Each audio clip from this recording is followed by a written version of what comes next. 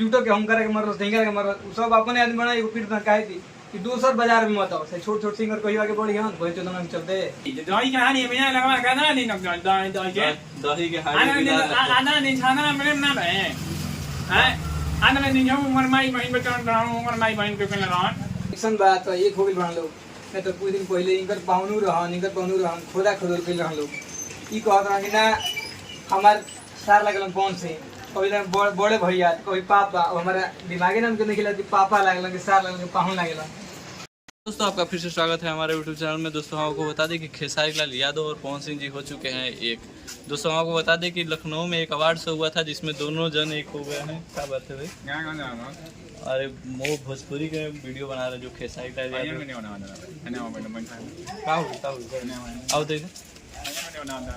अरे पवन सिंह खेसारी लाल यादव दोनों के मिलाप भइल सन ओ महीना कहीं में मिलन जाए के में अरे अभी काले अवार्ड शो आना नहीं कौन ना जा मने में कोने फंस और आगे हैं हमने में अपने कौन नाम चका अरे वो काल एगो अवार्ड शो भइल सन ना ना जुगा महीना तो नहीं ना कहीं महीना लखनऊ में भइल स एगो अवार्ड शो। अच्छा तो वही में खेसारी लाल यादव पवन सिंह जी के रवि किशन हाथ ध के मिलिला ए त मोहिनी के तो ही के हानी में ना लगवा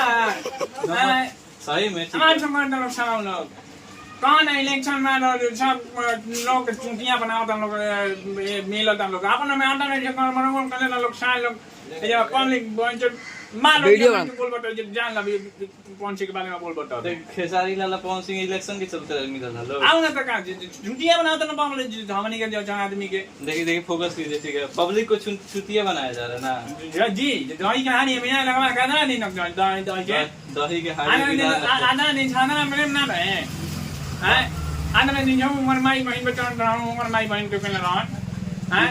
दोनों अपने में विवाद के लिए रहना यूट्यूब में वीडियो बनाता है ना यूट्यूब ना लड़ाई के मारता चलवा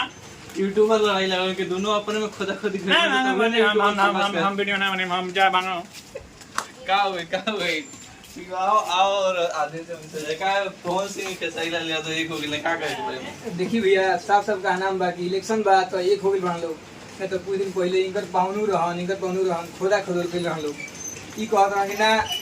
हमार सार लगल कौन से कभी बड़े भैया कभी पापा हमारा दिमागे ना हमको निकला कि पापा लगल कि सार लगल कि पाहुन लगल। तो एक बार में लोग के पूर्वक बनावल जाता है कभी ईरान कभी भगवान ये सब लागत रही और जनता सबसे मदद हम तो एक वर्ड कहूँ जनता से पूर्वक कोई नहीं है जनता के साथ सब पूर्वक बनावल जाता कि बनावे खातिर दोनों आदमी एकदम पूर्वक बनावल जाता समझदारी फेर बा जैसे आपके भाई एक हाली लागत रहे पाहुन सार लेके गला मिलत हम लोग अब कुछ दिन पहले उनकर उ दुश्मन रहा था कि इनकर को मार देना अभी कहली एक में खाए लगल लोग अरे खाद कहिए से रहसन लोग के पूर्वक बनावल जाता है कि हाँ एथी हवन तो एथी हवन लोग पूर्वक यूट्यूबर जानते यूट्यूबर पूछना जुटो के हम करे के मरल सिंगर के मरल सब अपने आदमी बना एगो पीर काहे थी कि दोसर बाजार में मत आओ से छोट छोट सिंगर कहियो आगे बढ़ी हन कोई चोदन में चलते कहियो आगे ना बढ़े दिया सन गाली मत दीजिए अरे गाली वाले पात्रे पर भाई बनी के देखिए और भैया कहलानो कि इलेक्शन के वजह से दोनों एकदम इलेक्शन के चलते कोई जाते होने के कौन और दूसरा बर्थडे नहीं खे तारे कला तब बेस्ट सिंगर बेस्ट और सब कौन एक तरह नहीं खान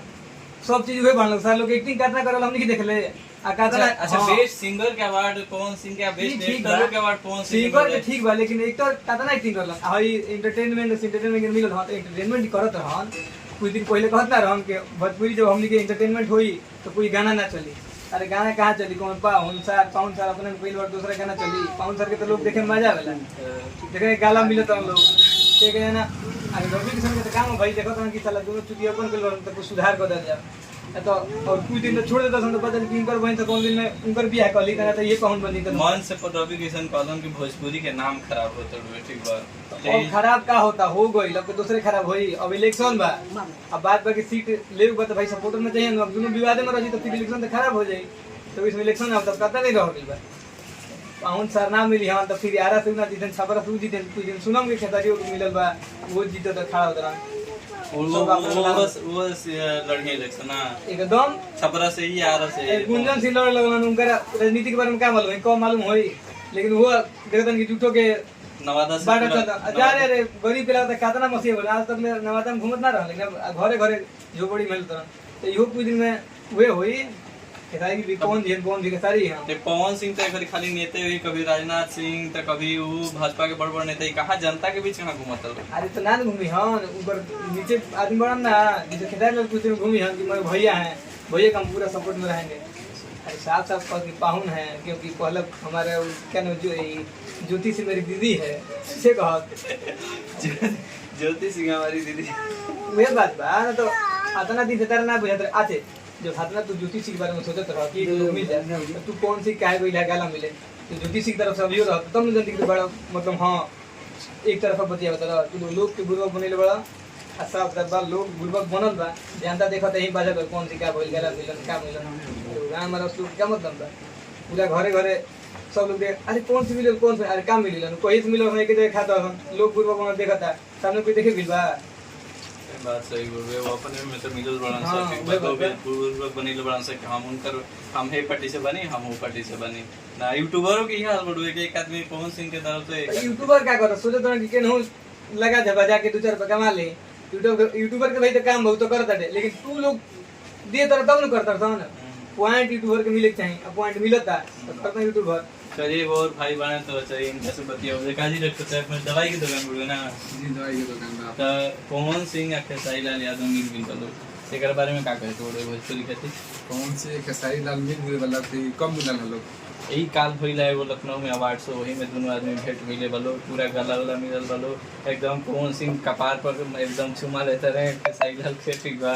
खेसारी लाल भी चुमा लेते रहे पवन सिंह। अभी कुछ दिन पहले पवन की टीम खेसारी के गाड़ी देते हैं लोग, खेसारी की टीम पवन के गाड़ी देते हैं लोग, अभी चुमा चाटी करता लोग, फिर कुछ दिन बाद अपने में गाड़ी के लोग खेली लोग।